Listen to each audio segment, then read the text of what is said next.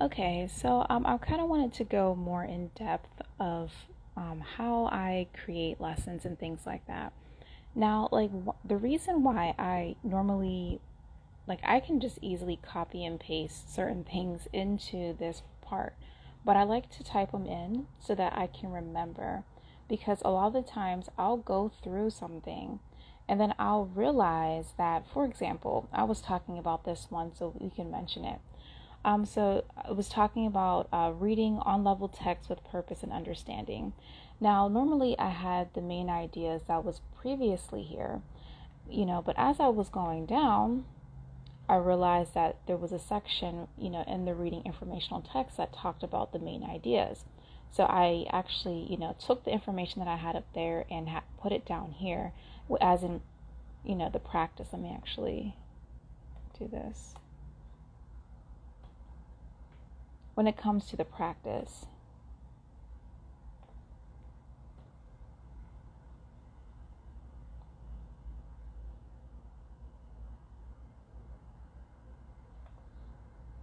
so it's the same type of information. I just put it in its proper place.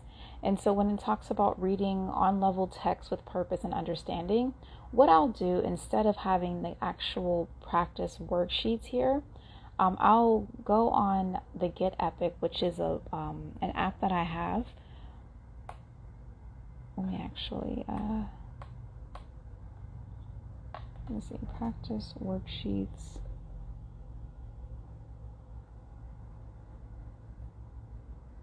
Typing with one hand.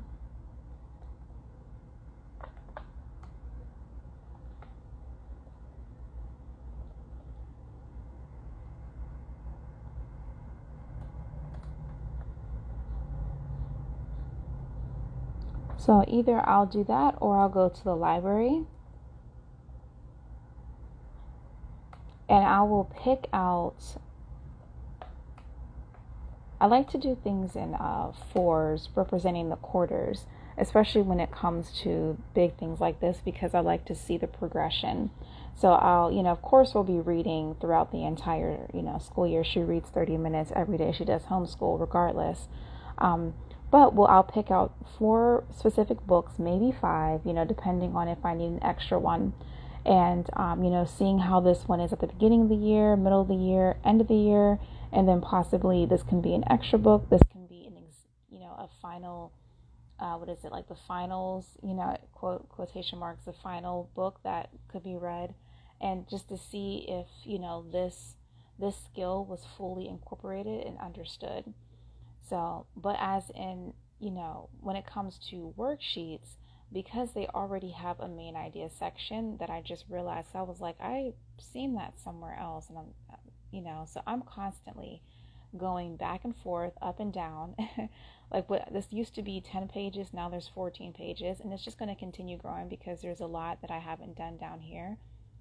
Um, you know, but like I said, a lot of it, like some of this is writing, which I already have a lot of writing already done, or already completed a lot of writing lessons. I had actually printed that out, so I'll be able to fill in the blanks with the writings. I actually have a writing book as well, making sure that I just go through each all the books that I have and just kind of assign them to each topic.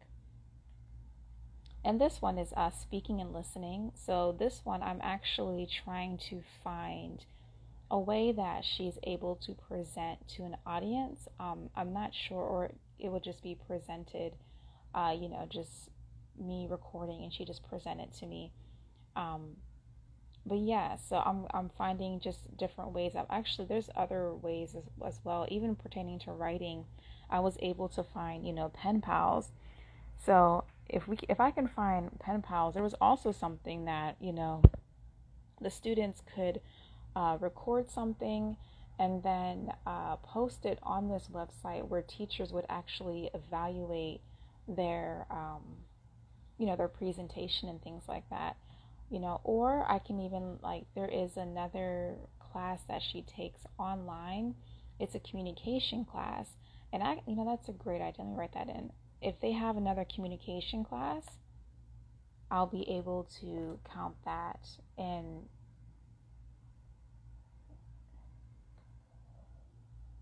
communication class.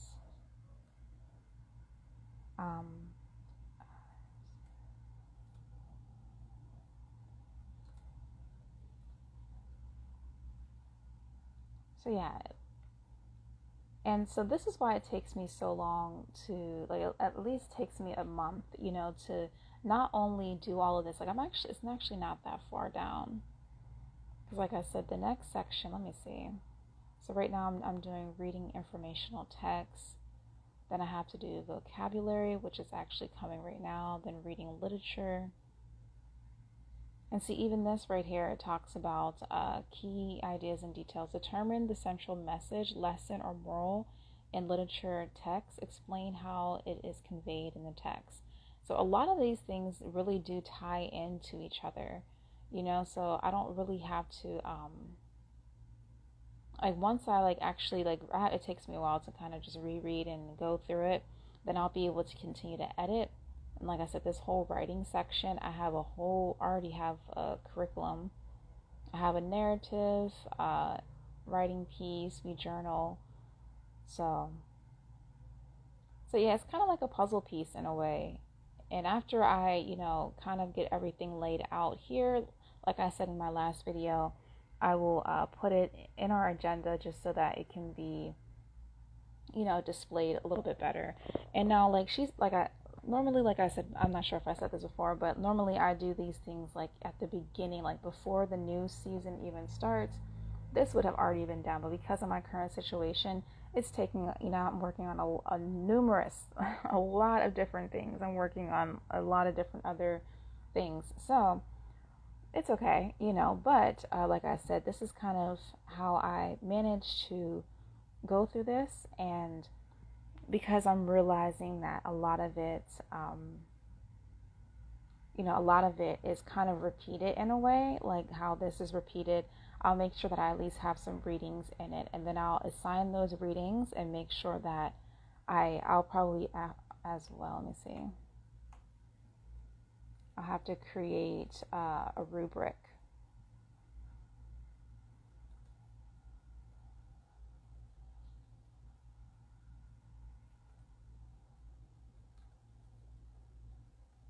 So I'll create a rubric based off of, what they were talking about here when it pertains to reading with accuracy, and, just understanding purpose and things like that. So, and I'll probably even ask, let me see, with question, let me see, with question regarding understanding of text.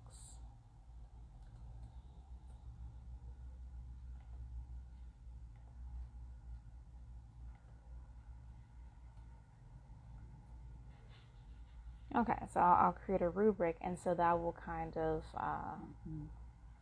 mark that. And like I said, any other worksheet practices, because that section is already there, then I'll have some worksheet practices here. So it can be a puzzle piece, but I enjoy it, honestly. I enjoy, because it not only it challenges me as well to be able to fully know what it is that the child is required to learn. So instead of just doing a curriculum that's already created, which can be done, but I don't know, these type of things just really interest me, so I definitely don't mind doing it. But I just wanted to clarify that, because like I said, like, these two, they seem so familiar, and so what I had originally had up here needed to be adjusted and be brought down here. And, just little adjustments. So just because that's the purpose of the outline, I do a lot of adjustments. This is, like I said, this is why it takes me some time to fully have it laid out. But hopefully I will be done with this within the next couple days. And hopefully, definitely by the end of the week, I should definitely be done with this if I just remain consistent with it. But yeah, I just wanted to share that, because this is constantly changing. this is constantly changing. The further down the page I go, the more I'm like, hey, didn't I do that already? And so I'll go and I'll check and I'll just, revise, redo, upgrade it, update it, whatever needs to happen. And like pretty soon I will start actually putting in dates. I'll bring out my calendar and we'll start getting this on the calendars. And honestly, once I get finished with this, like I usually tend to, like, even though it's a lot of work, it's not a lot of work. Like once you actually do it, it's like like the process is a lot longer, but then you have it on the calendar and it's like, oh wow, like I can just, it's just like it's not as much. Like all this right here, all this right here is really for my explanation. So these are just extra sites that I have found that I'm like, oh, just in case I don't fully understand the topic or what it's pertaining to, I have that for myself, along with the different lessons that I found, the different practices. This one I have to create questions.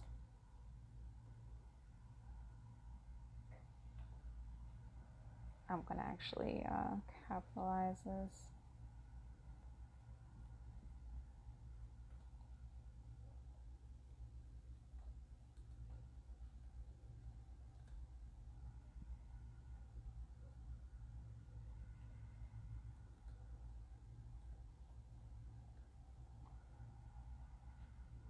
Yes, my suggestion is always getting it done. Like I said, I usually normally get this stuff done in like May. Like I'll spend the whole month of May just organizing this entire thing. And so that way, before I even like hand in my paperwork for homeschool or whatever, it's already completed and we can just go in, and start doing it. Like I said, a very different school year, I have to just go with the flow and allow life to be what it is, but it doesn't stop me from continuing to make sure that I'm doing what I'm supposed to do.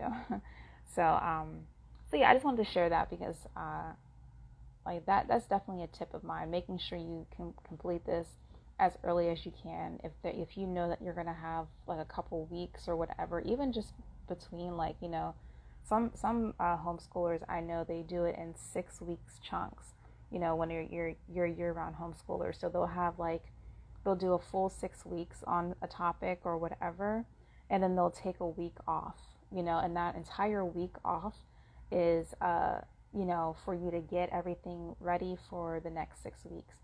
And I think that's I might actually go through that. But like I said, I normally start homeschool a lot earlier. We started it a lot later this year.